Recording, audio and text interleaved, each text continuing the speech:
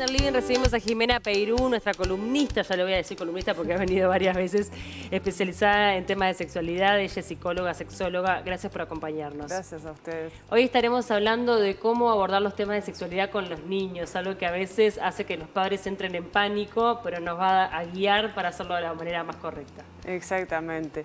Que yo te comentaba que me estaban preguntando justo casualmente estos días de cómo hacer para hablar con los niños y las adolescencias también.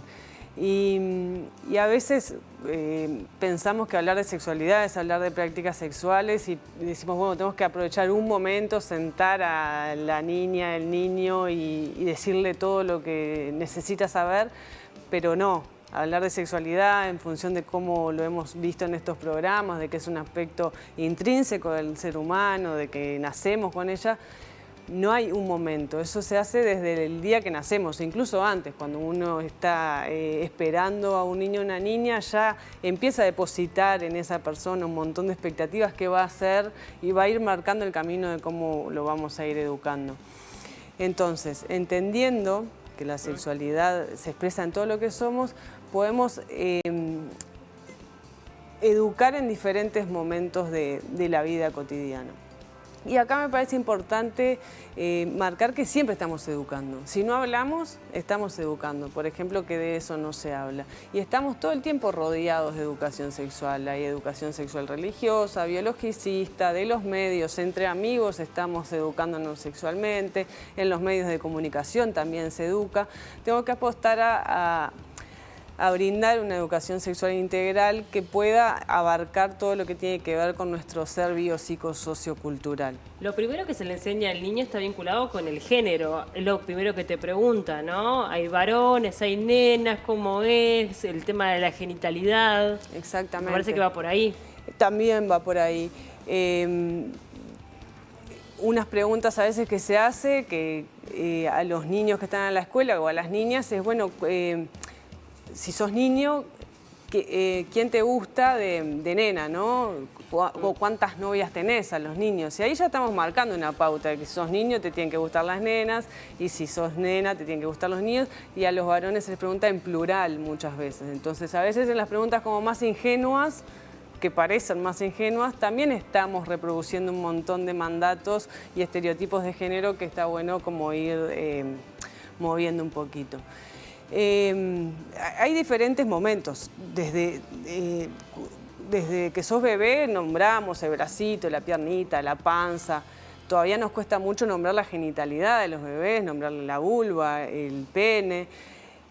Cuando limpiamos la genitalidad de los bebés está bueno, o de los niños está bueno decirle permiso, mamá o papá te va a limpiar, porque ahí ya también estamos dando mensajes de que hay partes del cuerpo donde no todo el mundo acceden los cuidadores y también con permiso.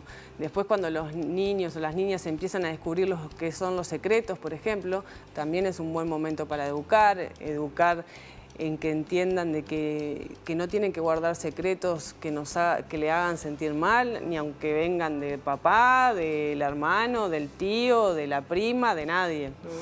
Y manifestar de que si eso sucede, pueden venir a nosotros a contar que eso está sucediendo.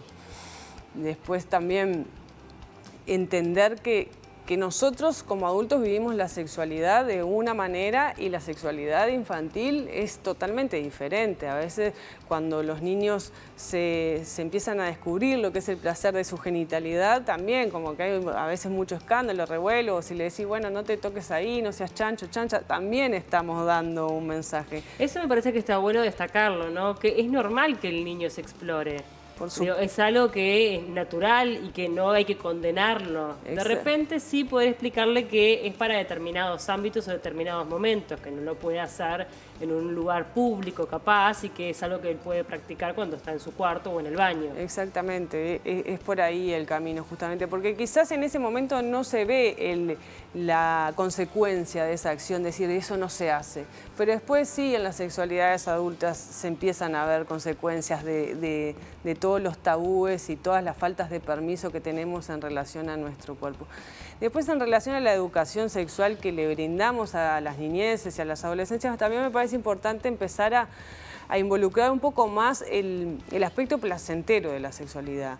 Siempre estuvimos educando mucho en la prevención de las ITS, que son las infecciones de transmisión sexual, en la prevención de los embarazos no intencionales, hablando de patologías, de disfunciones, pero bueno, hay toda una dimensión placentera que ha quedado de lado, que está bueno empezarla a involucrar, que no es solo el placer de las relaciones sexuales, sino el placer que me puede dar a mí el cuidado de mi propio cuerpo, el placer que me puede dar a mí un abrazo, el placer que me da que respeten mis decisiones y yo respetar las de los otros o las otras, el placer del consenso, el consenso que es algo que tenemos que empezar como a ponerle foco, ¿no? Entender qué quiere decir un no y de las múltiples maneras que se dice un no, por ejemplo, que a veces no hay que decir no para darse cuenta que es no. Entonces, estamos en un momento donde hay movimientos y tenemos que empezar a involucrar un montón de otras cosas que vienen como corriendo de atrás. ¿Cómo explicar el tema, perdón, de cómo llegamos al mundo? Antes, cuando éramos chicos, estaban esos cuentos del repollo, la cigüeña, sí, que me parece que ya hay que dejarlos guardaditos, sí, en un cajón. Pero ¿cómo hacemos para afrontar este tipo de preguntas que a veces nos incomodan y que de repente no sabemos encontrar las palabras adecuadas para que lo pueda entender en un niño de 5 años, ¿no? Es decir, que lo pueda entender de acuerdo a su psiquis, de acuerdo a la edad que tiene. Yo creo que es importante tener en cuenta que cuando los niños o las niñas preguntan algo, siempre algo saben. No son una hoja en blanco que te van a hacer la pregunta sin tener idea de nada o sin imaginarse nada. Entonces, hay que preguntarle, bueno, qué interesante pregunta, y vos qué sabés del tema, y vos qué te imaginás, y a partir de ahí ir contestando y siempre con la verdad. Hoy hay múltiples maneras de cómo los niños vienen al mundo, entonces quizás si no sabemos cómo encarar el tema, podemos agarrar un recurso, puede ser un libro, informarnos de cómo explicarle, pero en realidad es siempre con la verdad y con las palabras que son, ¿no? Porque me dicen, bueno, ¿qué palabras uso? ¿Y qué vamos a inventar palabras para referirnos a las cosas que son? Entonces, no vienen nunca sin saber nada y muchas veces lo que preguntan es para probar justamente nuestra confianza y nuestra apertura frente al tema. Claro, pero ¿es importante esperar a que el niño pregunte? Sí, yo creo que es importante. En determinadas cuestiones, ¿no? En estas cuestiones de que te estoy cuidando y te estoy nombrando el cuerpo, en estas cuestiones de que te respeto tus decisiones, bueno, no vas a esperar a que el niño pregunte. Pero si te pregunta sobre prácticas en concreto, cuestiones en concreto, sí. Y responder eso que está preguntando, porque a veces quiere aprovechar esa volada y te saco el manual entero de sexualidad y en realidad ese niño o niña no está preparada para recibir toda esa información. Entonces pregunta lo que en ese momento está preparado para recibir. Y después otro aspecto también importante me parece a tener en cuenta para charlar con ellos es asumir la brecha generacional y explicarles, ¿no? Que cuando nosotros éramos niñas o adolescentes estos temas tampoco se hablaban y que muchas veces estamos aprendiendo a la par de ellos. Entonces también es importante no perder la oportunidad de decir no sé. Claro. O a veces nos agarra la pregunta descolocada en el supermercado o en un lugar donde no podemos darle atención, decir, bueno, eso ahora no podemos, pero lo voy a buscar, me voy a informar y después lo vamos a conversar juntos. ¿Qué pasa con la exploración entre pares? Porque sabemos que es natural y normal la exploración del niño con su propio cuerpo. ¿Qué pasa cuando hay una exploración entre pares? A veces ocurre en los jardincitos, con amigos. ¿Cómo manejar ese tipo de situaciones? Y son momentos del desarrollo psicosexual de las personas que todos pasamos. Muchas veces nos olvidamos después de adultos de esas cosas que atravesamos, pero son parte de eso. Y en ese sentido me parece que está bueno, es importante el entablar un vínculo de confianza con el niño o la niña para que si surge algo que le incomoda pueda recurrir a nosotros.